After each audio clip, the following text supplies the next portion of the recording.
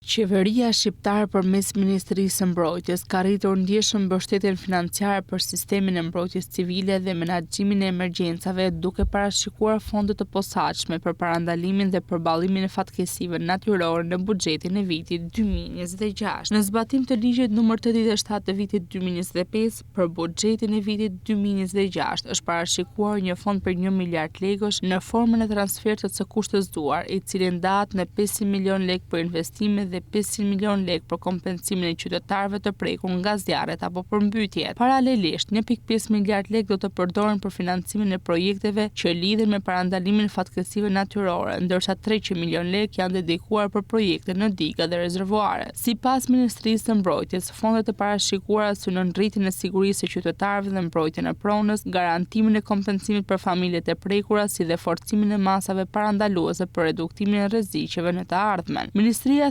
se mbetet e angazhuar në forcimin e mëtejshëm të sistemeve të mbrojtjes civile dhe në koordinimin ndërinstitucional me qëllim garantimin e një reagimi më të shpejtë dhe më efikas ndaj emergjencave dhe fatkeqësive natyrore.